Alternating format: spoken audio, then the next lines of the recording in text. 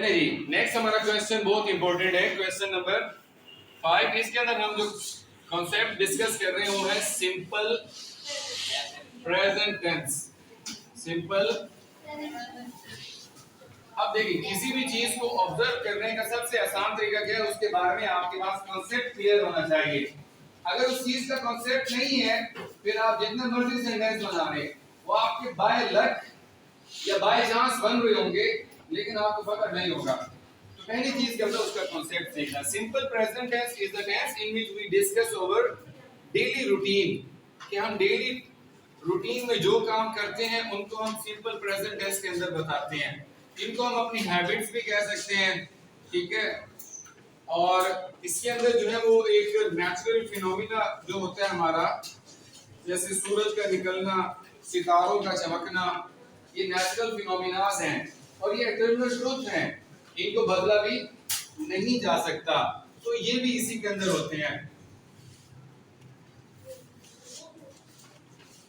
ये simple present tense की सबसे बड़ी पहचान। अगर आपको कोई कहे कि सिंपल प्रेजेंट टेंस लिखो, तो आप अपनी डेली रूटीन में से कोई 1 2 3 5 10 सेंटेंस लिख दें, आप यूं समझे कि आपने सिंपल प्रेजेंट टेंस लिख दिया।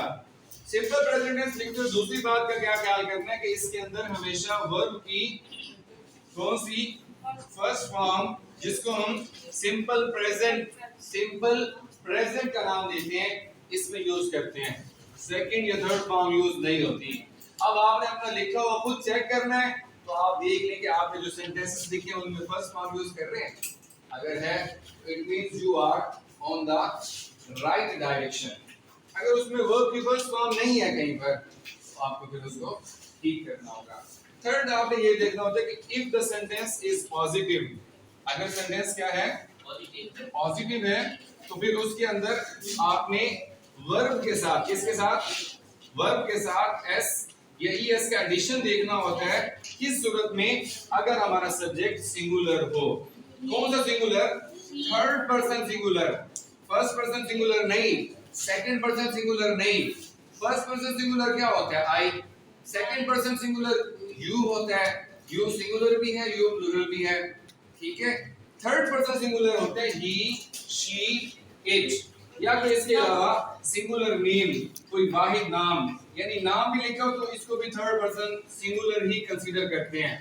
यानी अगर आपका सिंपल प्रेजेंट टेंस लिखा हुआ है और सेंटेंस पॉजिटिव है, उसमें वर्ब की फर्स्ट फॉर्म यूज कर रहे हैं और आपको कहा जाता है कि एस और ईएस का एडिशन देखें, तो पॉजिटिव सेंटेंस के अंदर वर्ब की फर्स्ट फॉर्म के साथ एस या ईएस का एडिशन देखने से पहले ये देख लें कि क्या सेंटेंस का सब्जेक्ट ही, शी, इट या कोई वाहिद नाम है। अगर तो ऐसा है, फिर वर्ब के साथ एस और एस ऐड होगा।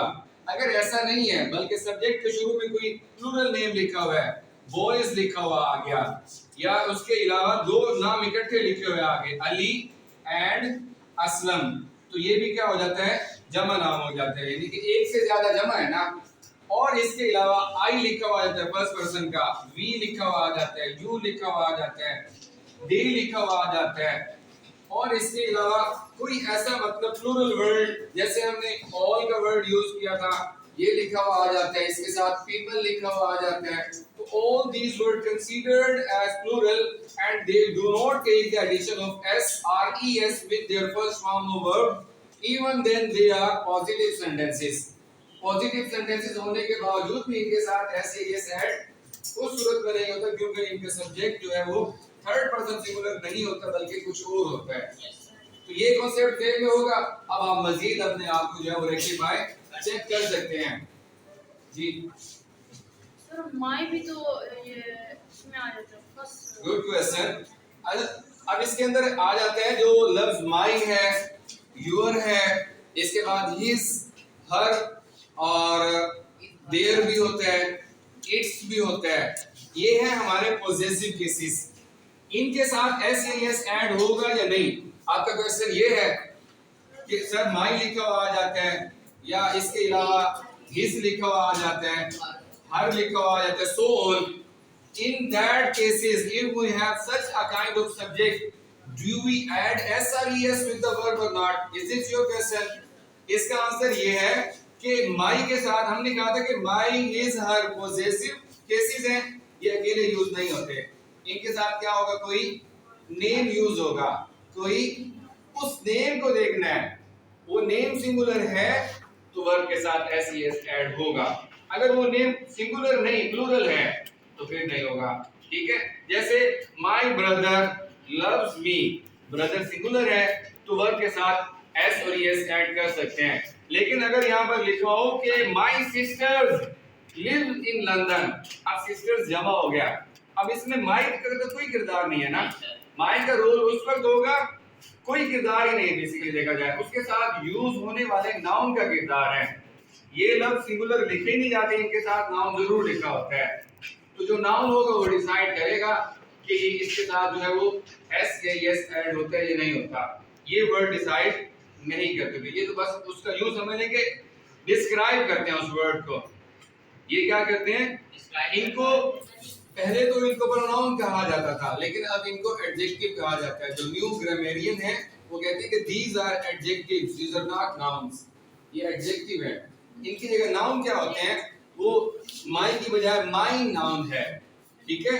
हिज नाउन भी है, प्रोनाउन भी है, सॉरी माइन प्रोनाउन है, हिज प्रोनाउन है, हर्स प्रोनाउन है इसके अंदर, जैसे आपने चैप्टर 1 में पढ़ा था दूसरे पैराग्राफ के अंदर, हिज इज द सोवरेनिटी, यानी यहाँ पर उसको हिज को as a possessive pronoun use किया गया था, क्योंकि हिज के बाद आगे कोई नाउन नहीं लगाया गया था, तो यानी इसको एज अ नाउन प्रोनाउन भी यूज किए जा सकते हैं और एज एन एडजेक्टिव भी, जब अकेला यूज होगा तो प्रोनाउन होगा, अगर साथ में कोई नाउन लिखा हो फिर ये एडजेक्टिव का फंक्शन देगा, तो जब कभी ये एडजेक्टिव का फंक्शन दे रहे होते हैं तो जो इनके साथ नाउन होता है जिसको ये डिस्क्राइब कर रहे होते हैं वो नाउन डिसाइड करता है कि वर्ब के साथ एस आएगा, एस आएगा या नहीं आएगा। अब दूसरी बात ये है कि यहाँ पर हमने देख लिया कि सब्जेक्ट के अंदर ही, शी, इट या कोई वाहिद नाम, इनके साथ भी कोई वाहिद नाम था, अब हमने डिसाइड करना है कि एस लगना है या ई एस वर्ब के साथ, तो ये वर्ब बताएगा हमें, फिर इसमें इसका कोई किरदार नहीं, अब वर्ब ने डिसाइड करना है। वर्ब कैसे डिसाइड करते हैं कि अगर वर्ब का लास्ट लेटर हो C H, S H, X, O या एस, इन 5 लफ्जों में से कोई भी लफ्ज हो तो ऐसे वर्ब के साथ ई एस ऐड होगा, जैसे W A T C H watch, आखिरी लेटर क्या है, सी एच बन रहा है, आई वॉच अ मूवी, अब अगर मैं यहाँ पर आई की बजाय ही कह देता हूँ तो फिर ही वॉच आएगा या वॉचेस, ई एस लगेगा, एस नहीं लगेगा। इसी तरह wash, W A S H, आखिर में क्या आ गया, S H आ गया, अब जैसे ही उसका सब्जेक्ट सिंगुलर होगा कि शी वॉश या वॉशेस, एस या E S, E S add होगा, क्योंकि आखिरी लफ्ज क्या है, एस एच है, तो ये चीज आपने देखनी है कि अगर वर्ब के लास्ट लेटर में ये 5 वर्ड होंगे तो फिर उनके साथ ई एस ऐड होगा, वरना सिर्फ एस ऐड होगा। This is all about simple present tense. Keeping in view the very concept about simple present tense, you can easily solve all the problems you have about this tense, and you can also check your copies, your assignment, your writing regarding simple present tense. That's all.